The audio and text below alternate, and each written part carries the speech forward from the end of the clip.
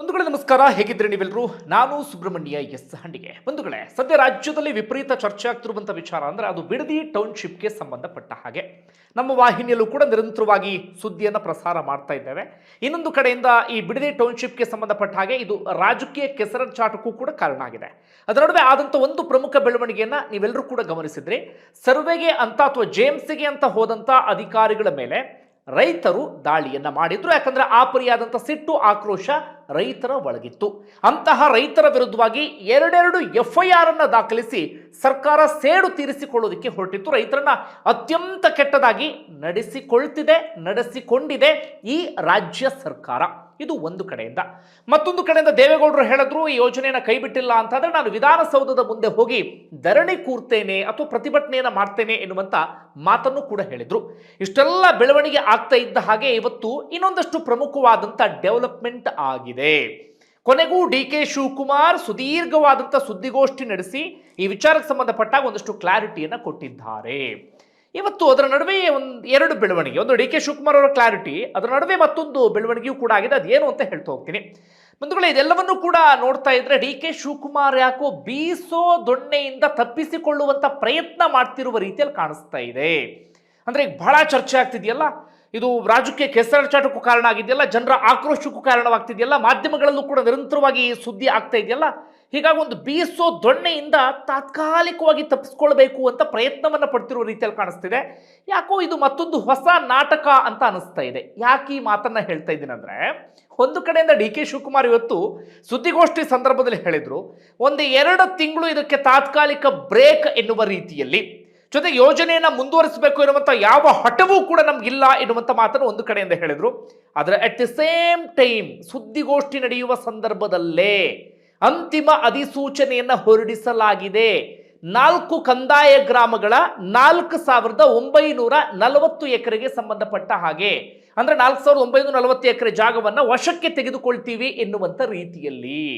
ಇದು ನೋಡಿದಾಗಲೇ ಅನಿಸ್ತಾ ಇರೋದು DK ಶಿವಕುಮಾರ್ ಮತ್ತೊಂದು ಹೊಸ ನಾಟಕವನ್ನ ಶುರು ಮಾಡಿದ ರೀತಿಯಲ್ಲಿ ಕಾಣಿಸ್ತಾ ಇದೆ. ತಾತ್ಕಾಲಿಕವಾಗಿ ಎಲ್ಲರನ್ನೂ ಕೂಡ ಸಮಾಧಾನ ಮಾಡಿ, ಅಂದ್ರೆ ಮಗು ಜೋರಾಗಿ ಅಳ್ಳುವಾಗ ಹಿಂಗೆ ತೊಟ್ಟಿಲನ್ನು ತೂಗಿ ಸಮಾಧಾನ ಮಾಡ್ತೀವಲ್ಲ, ಹಾಗೆ ಸಮಾಧಾನ ಮಾಡಿ ಅದಾದ ಬಳಿಕ ಏನು ಮಾಡ್ಬೇಕು ಮಾಡೋಣ ಎನ್ನುವಂಥ ರೀತಿಯಲ್ಲಿ ಏನು ಅನ್ನೋದನ್ನು ಗಮನಿಸ್ತಾ ಹೋಗೋಣ.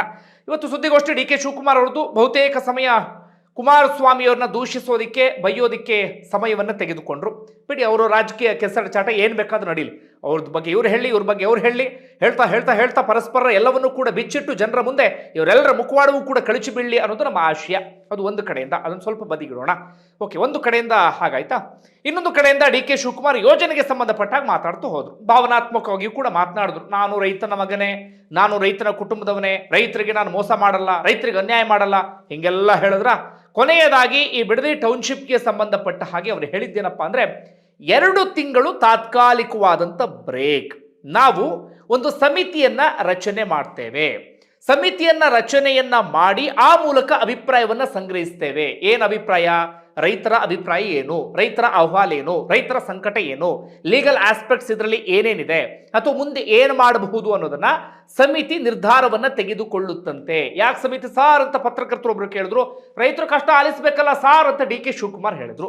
ಅಂದ್ರೆ ಇಷ್ಟು ದಿನಗಳ ಕಾಲ DK ಶಿವಕುಮಾರ್ ಅನ್ಸಿಲ್ಲ ರೈತರಿಂದ ಅಭಿಪ್ರಾಯವನ್ನ ಕೇಳಬೇಕು, ರೈತರನ್ನೂ ಕೂಡ ನಾನು ಕೇಳಬೇಕು ಅನ್ನೋ ಕನಿಷ್ಠ ಜ್ಞಾನವೂ ಕೂಡ DK ಶಿವಕುಮಾರ್ ಅವ್ರಿಗೆ ಇರಲಿಲ್ಲ. ಎಲ್ಲೋ ಕುತ್ಕೊಂಡು ಹೇಳಿಕೆಯನ್ನು ಕೊಡ್ತಾ ಇದ್ರು. ಅಲ್ಲಿರೋದು ಬರೀ 20 ರೈತರೇ, ಅಲ್ಲಿ ಬರೀ ಬಂಜರು ಭೂಮಿ ಎನ್ನುವಂಥ ರೀತಿಯಲ್ಲಿ. ನಾನು ಕೂಡ ಹಾಗೆ ಹೇಳಿಕೆಯನ್ನು ಕೊಟ್ಟಂಥ ಸಂದರ್ಭದಲ್ಲಿ ಹಾಗೆ ಯಾವ ಮಾಧ್ಯಮದವರು ಕೂಡ ಹೋಗಿರಲಿಲ್ಲ. ಆ ರೀತಿ ಸ್ಟೇಟ್ಮೆಂಟ್ ಬರ್ತಾ ಇದ್ದ ಹಾಗೆ ನಾನು ಬಿಡದಿಗೆ ಹೋಗಿದ್ದೆ, ನೋಡೋಣ ರಿಯಾಲಿಟಿ ಚೆಕ್ ಮಾಡೋಣ ಎನ್ನುವಂಥ ರೀತಿಯಲ್ಲಿ. ಇದು ನಿಜವಾಗ್ಲೂ ಬಂಜರು ಭೂಮಿಯಾ, ನಿಜವಾಗ್ಲೂ ರೈತರಿಲ್ವಾ ಅಂತ ಹೇಳಿ ಆಗ ಗೊತ್ತಾದಂಥ ವಿಚಾರ ಅಂದ್ರೆ, ಇಲ್ಲ ಬೇಕಾದಷ್ಟು ರೈತರಿದ್ದಾರೆ, ಇದು ಬಂಜರು ಭೂಮಿ ಎಲ್ಲ ಹಸಿರಿನಿಂದ ನಳಗಳಿಸ್ತಾ ಇರುವಂಥ ಭೂಮಿ ಅಂತ ಹೇಳಿ. ಅದಕ್ಕೆ ಸಂಬಂಧಪಟ್ಟಂತೆ ಒಂದು ಡ್ರೋನ್ ವಿಜುವಲ್ಸ್ ಸಿಕ್ಕಾಪಟ್ಟೆ ವೈರಲ್ ಆಗಿತ್ತು. ಅದಾದ ಬಳಿಕ ಸಾಕಷ್ಟು ಚರ್ಚೆಗೂ ಕೂಡ ಗ್ರಾಸವಾದಂಥ ವಿಚಾರ ಇತ್ತು. ಅಂದ್ರೆ DK ಶಿವಕುಮಾರ್ ಅವರಿಗೆ ಆಗನಿಸ್ಲಿಲ್ಲ, ನಾನು ರೈತರ ಭೂಮಿಯನ್ನ ತಗೊಳ್ತಾ ಇದ್ದೇನೆ, ಹೀಗಾಗಿ ಆ ಭೂಮಿಯ ಮಾಲೀಕರನ್ನ ಅಭಿಪ್ರಾಯ ಕೇಳಬೇಕು ಅಂತ ಆಗನಿಸ್ಲಿಲ್ಲ DK ಶಿವಕುಮಾರ್ ಅವರಿಗೆ. ಹಾಗೆ ಏಕಮುಖ ನಿರ್ಣಯ, ಸರ್ವಾಧಿಕಾರಿ ಧೋರಣೆ, ಏನು ಬೇಕಾದ್ರೂ ಮಾಡಬಹುದು ಎನ್ನುವಂಥ ಮನಸ್ಥಿತಿ ಆಗ ಹಂಗೆ ಹೊರಟು ಬಿಟ್ಟಿದ್ರು. ಆದ್ರೆ ಯಾವಾಗ ವಿರೋಧ ವ್ಯಕ್ತವಾಯಿತು, ಯಾವಾಗ ರೈತರು ಬಿಸಿ ಮುಟ್ಸೋದಕ್ಕೆ ಶುರು ಮಾಡ್ಕೊಂಡ್ರು, ಈಗ DK ಶಿವಕುಮಾರ್ ಅವರಿಗೆ ಅನ್ಸಿದೆ, ಓ ಹೌದಲ್ವಾ, ಆ ಜಮೀನಿಗೂ ಮಾಲೀಕರಿದ್ದಾರಲ್ವಾ, ಅವರು ರೈತರಲ್ವಾ, ಅವರ ಅಭಿಪ್ರಾಯವನ್ನ ನಾನು ಕೇಳಬೇಕಲ್ವಾ ಅಂತ DK ಶಿವಕುಮಾರ್ ಅವರಿಗೆ ಈಗ ಜ್ಞಾನೋದಯ ಆಗಿದೆ.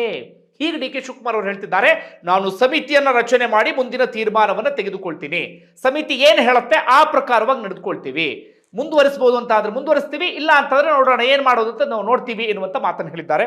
ಹಾಗೆ ಇನ್ನೊಂದು ವಿಚಾರವನ್ನ ಪ್ರಸ್ತಾಪ ಮಾಡಿದ್ದೇನಪ್ಪ ಅಂದ್ರೆ ಅವರು ಭೂಮಿಯನ್ನ ರೈತರು ನೀಡುವುದು ಕಡ್ಡಾಯ ಅಲ್ಲ, ರೈತರು ಸ್ವಯಂ ಇಚ್ಛೆಯಿಂದ ನೀಡುವಂತ ಜಮೀನನ್ನ ಮಾತ್ರ ಪಡೆಯಲಾಗುವುದು ಅಂತ ಡಿ ಕೆ ಶಿವಕುಮಾರ್ ಹೇಳಿದ್ದಾರೆ. ಇನ್ನು 2 ತಿಂಗಳಲ್ಲಿ ಏನು ಮಾಡಬಹುದು ಮಾಡೋಣ ಎನ್ನುವಂಥ ಒಂದು ಯೋಚನೆಗೆ ಬಂದಾಗ ಕಾಣಿಸ್ತಾ ಇದೆ. ಅಂದ್ರೆ ಈಗ ದಗ ದಗ ದಗ ದಗ ದಗ ಹೊತ್ತಿ ಉರಿತಿದೆಯಲ್ಲ, ಈಗ ಏನಾದರೂ ಮಾಡಕ್ಕೆ ಹೋಗ್ಬಿಟ್ರೆ ಎಡವಟ್ಟಾಗ್ಬಿಡುತ್ತೆ. ಒಂದು ಸ್ವಲ್ಪ ದಿನ ಎಲ್ಲವನ್ನೂ ಕೂಡ ಶಾಂತ ಮಾಡಿ ಅದಾದ ಬಳಿಕ ಏನಾದರೂ ಮನವೊಲಿಸುವಂಥ ಪ್ರಯತ್ನವೋ ಅಥವಾ ಇನ್ನೇನೋ ಪ್ರಯತ್ನವೋ ಏನೋ ಒಂದು ಮಾಡೋಣ ಅಂತ ತೀರ್ಮಾನಕ್ಕೆ ಬಂದ ಹಾಗೆ ಕಾಣಿಸ್ತಾ ಇದೆ. ಆದರೆ ಒಂದಂತೂ ಸ್ಪಷ್ಟ, ರೈತರ ಹೋರಾಟದ ಬಿಸಿ, ಆಕ್ರೋಶದ ಬಿಸಿ ಡಿ ಕೆ ಶಿವಕುಮಾರ್ ಅವರಿಗೆ ತಟ್ಟಿದೆ. ಎಷ್ಟು ದಿನಗಳ ಕಾಲ ಅದು ಯಾವುದೂ ಕೂಡ ತಟ್ಟೇ ಇಲ್ಲ ಎನ್ನುವ ರೀತಿಯಲ್ಲಿ ಡಿ ಕೆ ಶಿವಕುಮಾರ್ ಅವರು ಓಡಾಡ್ತಾ ಇದ್ರು. ಆದರೆ ಈಗ ಒಂದಂತೂ ಸ್ಪಷ್ಟ, ಏನೋ ಒಂದು ಸ್ವಲ್ಪ ತಟ್ಟಿದೆ ಅನ್ನೋದಂತೂ ಸ್ಪಷ್ಟ. ಇದು ಒಂದು ವಿಚಾರವಾ. ಇದು ಒಂದು ಕಡೆಯಿಂದ ಹಂಗಾಗ್ತಿತ್ತು ಸುದ್ದಿಗೋಷ್ಠಿ ನಡುವೆಯೇ ಈ ಅಂತಿಮ ಅಧಿಸೂಚನೆಯ ಪ್ರಕಟಣೆಯನ್ನ ಹೊರಡಿಸಲಾಗಿದೆ. ನಿರೀಕ್ಷೆ ಮಾಡಲಾಗಿತ್ತು ಇವತ್ತು ಅಂಥದ್ದೊಂದು ಆಗುತ್ತೆ ಅಂತ ಹೇಳಿ. ಒಂದು ವೇಳೆ ಪ್ರಾಥಮಿಕ ಅಧಿಸೂಚನೆ ಆಗುತ್ತಲ್ಲ, ಅದಾದ ಬಳಿಕ ಅಂತಿಮ ಅಧಿಸೂಚನೆ ಅಂತ ಕರಿತೀವಿ. ಅಂತಿಮ ಅಧಿಸೂಚನೆ ಅಂದ್ರೆ ಈ ಜಮೀನನ್ನ ಸರ್ಕಾರದ ವಶಕ್ಕೆ ತೆಗೆದುಕೊಳ್ತೀವಿ, ಮುಂದಿನ ಪ್ರಕ್ರಿಯೆಗಳೆಲ್ಲವೂ ಕೂಡ ನಡೆಯುತ್ತೆ ಎನ್ನುವಂಥ ರೀತಿಯಲ್ಲಿ. ಅಂತಿಮ ಅಧಿಸೂಚನೆ ಆದ ಬಳಿಕ JMC ಅಂದ್ರೆ ಸರ್ವೆ ಕಾರ್ಯ ಎಲ್ಲವೂ ಕೂಡ ಆಗುತ್ತೆ. ಅದಾದ ಬಳಿಕ ಬಹುತೇಕ ಅದು ಸರ್ಕಾರದ ವಶಕ್ಕೆ ಹಂತ ಹಂತವಾಗಿ ಹೋಗುವಂತ ಪ್ರಕ್ರಿಯೆಗಳೆಲ್ಲವೂ ಕೂಡ ಶುರು ಆಗುತ್ತೆ. ಈಗ ಅಂತಿಮ ಅಧಿಸೂಚನೆಗೆ ಸಂಬಂಧಪಟ್ಟ ವಿವರ ಗಮನಿಸೋದಾದ್ರೆ, ತೀವ್ರ ವಿರೋಧದ ನಡುವೆಯೂ ಕೂಡ ಸ್ವಲ್ಪ ದಿನಗಳ ಹಿಂದೆ 3 ಗ್ರಾಮಗಳಲ್ಲಿ ಅಂತಿಮ ಅಧಿಸೂಚನೆ ಹೊರಡಿಸಲಾಗಿತ್ತು, 516 ಎಕರೆಗೆ ಸಂಬಂಧಪಟ್ಟ ಹಾಗೆ. ಆದರೆ ಈಗ ಬರೋಬ್ಬರಿ 4940 ಎಕರೆ. ಎಲ್ಲೆಲ್ಲಿ? KG ಗೊಲ್ಲರಪಾಳ್ಯ ಎನ್ನುವಂಥ ಊರು, ಅಲ್ಲೊಂದು 315 ಎಕರೆ, ಬನ್ನಿಗಿರಿ ಅಲ್ಲೊಂದು 775 ಎಕರೆ, ಅರಳಾಳು ಸಂದ್ರ ನಾನು ಬಹಳ ಓಡಾಡಿದ್ದೆ ಆ ಭಾಗದಲ್ಲಿ, ಅಲ್ಲಿ 1460 ಎಕರೆ, ಹೊಸೂರು 2390 ಎಕರೆ, ಅಲ್ಲೂ ನಾನು ಸಾಕಷ್ಟು ಓಡಾಟವನ್ನು ಮಾಡಿದ್ದೆ. ಒಟ್ಟು 4940 ಎಕರೆ. ಒಟ್ಟು 9 ಕಂದಾಯ ಗ್ರಾಮ ಈ ಯೋಜನೆಯ ವ್ಯಾಪ್ತಿಗೆ ಬರುತ್ತೆ. ಮೊದಲ ಹಂತದಲ್ಲಿ 3 ಅಂತಿಮ ಅಧಿಸೂಚನೆ ಆಗಿತ್ತು, 3 ಗ್ರಾಮ, ಈಗ 4, ಅಲ್ಲಿಗೆ 4 + 3 7 ಗ್ರಾಮ ಆಯಿತು. ಇನ್ನು ಕೇವಲ 2 ಗ್ರಾಮ ಮಾತ್ರ ಬಾಕಿ ಇದೆ. ಈಗಾಗಲೇ ಅಂತಿಮ ಅಧಿಸೂಚನೆ ಹೆಚ್ಚು ಕಡಿಮೆ ಒಂದು 5500 ಎಕರೆವರೆಗೆ ಬಂದಾಗಿದೆ. ಇನ್ನೊಂದು ಸ್ವಲ್ಪ ಆಗಿಬಿಟ್ರೆ ಆಲ್ಮೋಸ್ಟ್ ಎಲ್ಲದಕ್ಕೂ ಕೂಡ ಅಂತಿಮ ಅಧಿಸೂಚನೆಯನ್ನ ಹೊರಡಿಸಿದ ರೀತಿಯಲ್ಲಿಯೇ ಆಗಿಬಿಡುತ್ತೆ.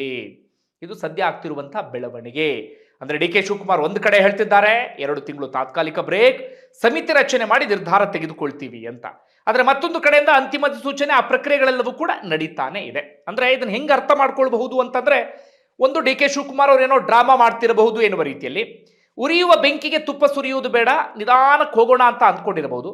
ಇಲ್ಲಿಯವರೆಗೆ ಬಹಳ ವೇಗವಾಗಿ ಆಗ್ತಿತ್ತಲ್ಲ ಸರ್ವೆ, ಅಂತಿಮ ಸೂಚನೆ ಆಗಾಯಿತು, ಸರ್ವೆಗೆ ಬಂದಾಯ್ತು, ಇಂಥದ್ದೆಲ್ಲ ಆಗ್ತಿತ್ತಲ್ಲ, ಅದು ಸ್ವಲ್ಪ ಮಟ್ಟಿಗೆ ಸ್ಲೋ ಆಗಬಹುದೇನೋ, ಅಥವಾ ಒಂದು 2 ತಿಂಗಳು ನಿಧಾನಕ್ಕೆಲ್ಲವನ್ನು ಕೂಡ ಕಾದು ನೋಡಿ ಎಲ್ಲ ತಣ್ಣಗಾದ ಬಳಿಕ ಮುಂದೇನಾದರೂ ಮಾಡೋಣ ಅಂತ ಪ್ಲಾನ್ ಅನ್ನ ಮಾಡ್ಕೊಂಡಿರುವ ಹಾಗೆ ಕಾಣಿಸ್ತಾ ಇದೆ.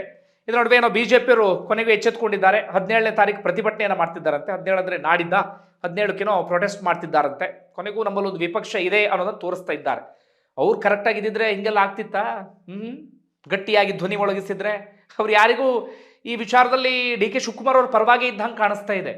ತುಂಬಾ ಕಠಿಣವಾಗಿ ಗಟ್ಟಿಯಾಗಿ ಯಾರು ಕೂಡ ಮಾತಾಡ್ತಾ ಇಲ್ಲ. ಈ ವಿಚಾರ ಅಂತಲ್ಲ, ಯಾವ ವಿಚಾರದಲ್ಲೂ ಕೂಡ ಮಾತಾಡ್ತಾ ಇಲ್ಲ ಬಿಡಿ. ವಿಪಕ್ಷ ನಮ್ಮಲ್ಲಿ ಇದ್ದು ಇಲ್ಲದ ರೀತಿಯಲ್ಲಿ ಆಗ್ಬಿಟ್ಟಿದೆ. ಹೀಗಾಗಿ ಆಡಳಿತ ಪಕ್ಷದವರಿಗೆ ಹಬ್ಬ ಎನ್ನುವ ರೀತಿಯಲ್ಲಿ ಆಗ್ಬಿಟ್ಟಿದೆ. ಇದು ನಮ್ಮ ರಾಜ್ಯದ ದುಸ್ಥಿತಿ ಅಥವಾ ರಾಜ್ಯದ ಪರಿಸ್ಥಿತಿ. ಓಕೆ, ಈಗ ಡಿ ಕೆ ಶಿವಕುಮಾರ್ ಮತ್ತೆ ಕುಮಾರಸ್ವಾಮಿ ನಾನು ಮಾಡಿದ್ದು ನೀನು ಮಾಡಿದ್ದು ಅಂತ ಹೇಳ್ತಾರಲ್ಲ, ಅದರ ಅಸಲಿ ವಿಚಾರ ಏನು ಅಂತ ಗಮನಿಸ್ತಾ ಹೋಗೋದಾದ್ರೆ, ಹೌದು, ಇದು ಆರಂಭ ಆಗಿದ್ದು ಕುಮಾರಸ್ವಾಮಿಯವರ ಕಾಲದಲ್ಲೇ 2006ರ ಸಂದರ್ಭದಲ್ಲಿ. ಆಗ ಬೆಂಗಳೂರಿನ ಮೇಲಿನ ಹೊರೆಯನ್ನು ತಗ್ಗಿಸಬೇಕು ಅಂತೇಳಿ ಕುಮಾರಸ್ವಾಮಿ ಅವರು ಏನು ಮಾಡ್ತಾರೆ, ಸುತ್ತಮುತ್ತ ಒಂದಷ್ಟು ಟೌನ್ಶಿಪ್ಗಳ ಪ್ಲಾನ್ ಅನ್ನು ಮಾಡ್ತಾರೆ. ಕೇವಲ ಬಿಡದಿ ಮಾತ್ರ ಅಲ್ಲ, ಬಿಡದಿ, ಹೊಸಕೋಟೆ, ಆನೆಕಲ್ಲು, ಹೀಗೆ ಸಾಕಷ್ಟು ಕಡೆಗಳಲ್ಲಿ ಪ್ಲಾನ್ ಅನ್ನು ಮಾಡ್ತಾರೆ. ಅದರಲ್ಲಿ ಬಿಡದಿಯಲ್ಲಿ ಪ್ರಾಯೋಗಿಕವಾಗಿ ಆರಂಭದಲ್ಲಿ ಮಾಡೋಣ ಅಂತ ಹೊರಡ್ತಾರೆ. ಆಗಲೂ ಕೂಡ ಇವ್ರ ಪ್ಲಾನ್ ಇದ್ದಿದ್ದು 9000 ಎಕರೆ PPP, ಅಂದರೆ ಗೌರ್ಮೆಂಟು ಪ್ರೈವೇಟು ಪ್ಲಸ್ ಪಬ್ಲಿಕ್ಕು ಅಂತೇಳಿ, ಅಂದರೆ ಸಾರ್ವಜನಿಕ ಪ್ಲಸ್ ಖಾಸಗಿ ಸಹಭಾಗಿತ್ವ ಅಂತೇಳಿ ಕುಮಾರಸ್ವಾಮಿಯವರು ಹೊರಟಿರ್ತಾರೆ. ಆರಂಭದಲ್ಲಿ ಯೋಜನೆಗೆ ಅಪ್ರೂವಲ್ ಕೊಟ್ಟಿದ್ಯಾರು? ಇದೇ ಕುಮಾರಸ್ವಾಮಿ ಅವರು. ಅದಾದ ಬಳಿಕ ಒಂದು ಕಂಪನಿಯನ್ನ ಟೆಂಡರ್ಗೆ ಕರೆದಿದ್ಯಾರು? ಇದೇ ಕುಮಾರಸ್ವಾಮಿ ಅವರು. ಗುತ್ತಿಗೆ ಕರೀತಾರೆ. DLF ಎನ್ನುವಂಥ ಒಂದು ಕಂಪನಿ ಬರುತ್ತೆ, ಗುತ್ತಿಗೆ ತೆಗೆದುಕೊಳ್ಳುತ್ತೆ. ಈ ಗುರುಗ್ರಾಮದಲ್ಲಿ ಒಂದು ಟೌನ್ಶಿಪ್ ಅನ್ನು ನಿರ್ಮಾಣ ಮಾಡಿದ ಕಂಪನಿ ಇದೆಯಲ್ಲ, ಟೌನ್ಶಿಪ್ ಅಥವಾ ಒಂದು ಗುರುಗ್ರಾಮದಲ್ಲಿ IT ಹಬ್ ಅನ್ನು ಸೃಷ್ಟಿ ಮಾಡ್ತಲ್ಲ, ಆ ಕಂಪನಿ ಬರುತ್ತೆ. ಅವ್ರು 400 ಕೋಟಿ ಠೇವಣಿಯನ್ನು ಕೂಡ ಇಡ್ತಾರೆ. ಆದ್ರೆ ಆಗ ಏನು ಸಮಸ್ಯೆ ಆಗುತ್ತೆ ಅಂದ್ರೆ, ರೈತರು ತೀವ್ರ ವಿರೋಧವನ್ನ ವ್ಯಕ್ತಪಡಿಸ್ತಾರೆ. ಆಗ ಕುಮಾರಸ್ವಾಮಿ ಅವರಿಗೆ ಭೂಸ್ವಾಧೀನ ಪ್ರಕ್ರಿಯೆ ತುಂಬಾ ತಡ ಆಗಿಬಿಡುತ್ತೆ. ಭೂಸ್ವಾಧೀನ ಮಾಡೋದಕ್ಕೆ ಸಾಧ್ಯ ಆಗದಂತ ಪರಿಸ್ಥಿತಿ ಎದುರಾಗಿಬಿಡುತ್ತೆ. ಆಗ ಕುಮಾರಸ್ವಾಮಿಯವರು ಅದರ ನಡುವೆ ಮುಖ್ಯಮಂತ್ರಿ ಸ್ಥಾನವನ್ನು ಕೂಡ ಕಳ್ಕೊಂಡು ಬಿಡ್ತಾರೆ. ಅದಾದ ಬಳಿಕ ಯಡಿಯೂರಪ್ಪನವರು ಮುಖ್ಯಮಂತ್ರಿ ಆಗ್ತಾರೆ. ಇತ್ತ DLF ಕಂಪನಿಗೆ ಸಮಸ್ಯೆ ಏನಾಗುತ್ತೆ ಅಂದ್ರೆ, ಒಂದು ಕಡೆಯಿಂದ ಸರ್ಕಾರದ ಕಡೆಯಿಂದ ಭೂಮಿ ಸಿಗೋದಿಲ್ಲ, ಭೂ ಸ್ವಾಧೀನ ಪ್ರಕ್ರಿಯೆ ವಿಳಂಬ ಆಗುತ್ತೆ. ಮತ್ತೊಂದು ಕಡೆಯಿಂದ ಆಗ ಜಾಗತಿಕವಾಗಿ ಆರ್ಥಿಕವಾದಂತಹ ಹಿಂಜರಿಕೆ ಅಥವಾ ಕುಸಿತ ಎಲ್ಲವೂ ಕೂಡ ಶುರುವಾಗುತ್ತೆ. ಆಗ DLF ಕಂಪನಿಗೆ ಅನ್ಸುತ್ತೆ, ನಾವು ಈ ಪ್ರಾಜೆಕ್ಟ್ ಅನ್ನ ಕೈಗೆತ್ಕೊಂಡ್ರೆ 60,000 ಕೋಟಿನೇನೋ ಪ್ಲಾನ್ ಇದ್ದಿದ್ದು, ಕೈಗೆತ್ಕೊಂಡ್ರೆ ನಮಗೆ ಲಾಸ್ ಆಗುತ್ತೆ ಅಂತ ಹೇಳಿ ಅವರೇ ನಿರಾಸಕ್ತಿಯನ್ನು ತೋರ್ತಾರೆ. ಅಂತಿಮವಾಗಿ ಅವ್ರು ನಮ್ಮ ಅಮೌಂಟ್ ವಾಪಸ್ ಕೊಡಿ ಅಂತ ಕೇಳ್ತಾರೆ. ಹೀಗಾಗಿ ಯಡಿಯೂರಪ್ಪನವರು 400 ಕೋಟಿ ಹಣವನ್ನ ಅವರಿಗೆ ವಾಪಸ್ ಕೊಡ್ತಾರೆ. ಅದಾದ ಬಳಿಕ ಬೇರೆ ಬೇರೆ ಮುಖ್ಯಮಂತ್ರಿಗಳು ಕೂಡ ಬರ್ತಾರೆ. ಅದರ ನಡುವೆ ಆ ಭೂಮಿಯನ್ನ ರೆಡ್ ಝೋನ್ ಅಂತಲೂ ಕೂಡ ಘೋಷಣೆ ಮಾಡಿದ್ರು. ಅಲ್ಲಿ ಬೇರೆ ಯಾವುದೇ ಅಭಿವೃದ್ಧಿ ಚಟುವಟಿಕೆಗಳು ಕೂಡ ಆಗುವ ಹಾಗಿಲ್ಲ ಅಂತ ಕುಮಾರಸ್ವಾಮಿ ಅವರೇ ಮಾಡಿದ್ದು. ಅದಾದ ಬಳಿಕ ಬೇರೆ ಬೇರೆ ಮುಖ್ಯಮಂತ್ರಿಗಳು ಬಂದಾಗ ತುಂಬಾ ಸ್ಲೋ ಆಗಿ ಪ್ರೋಸೆಸ್ ಪ್ರಕ್ರಿಯೆಗಳೆಲ್ಲವೂ ಕೂಡ ಆಗ್ತಿರುತ್ತೆ. DK ಶಿವಕುಮಾರ್ ಬರ್ತಾ ಇದ್ದ ಹಾಗೆ ಅದು ವೇಗವನ್ನ ಪಡೆದುಕೊಳ್ಳುತ್ತೆ. ಅಂದರೆ ಕುಮಾರಸ್ವಾಮಿ ಅವರ ಪಾಲು ಇದೆ, ಇದರಲ್ಲಿ DK ಶಿವಕುಮಾರ್ ಅವರ ಪಾಲು ಇದೆ. ಆದ್ರೆ ಕುಮಾರಸ್ವಾಮಿ ಅವರ ವಾದ ಏನಪ್ಪಾ ಅಂದ್ರೆ, ಹೌದು ಯೋಜನೆ ಶುರು ಮಾಡಿದ್ದಾನೆ, ಆದ್ರೆ ರೈತರು ವಿರೋಧ ವ್ಯಕ್ತಪಡಿಸಿದಾಗ ನಾನು ಕೈ ಬಿಟ್ಟಿದ್ದೆ. ಆದ್ರೆ DK ಶಿವಕುಮಾರ್ ರೈತರು ಇಷ್ಟು ವಿರೋಧ ವ್ಯಕ್ತಪಡಿಸಿದ್ರು ಕೂಡ ಮುಂದಿನ ಹೆಜ್ಜೆಯನ್ನು ಇಡ್ತಿದ್ದಾರೆ ಅನ್ನೋದು ಕುಮಾರಸ್ವಾಮಿ ಅವರ ವಾದ. ಇಷ್ಟಾಗಿದೆ ನೋಡಿ, ಮುಂದೆ ಏನಾಗುತ್ತೆ ಕಾದ್ ನೋಡೋಣ. ನಿಮ್ಗೆ ಏನಿಸ್ತಾ ಕಮೆಂಟ್ ಮಾಡಿ. ಧನ್ಯವಾದ.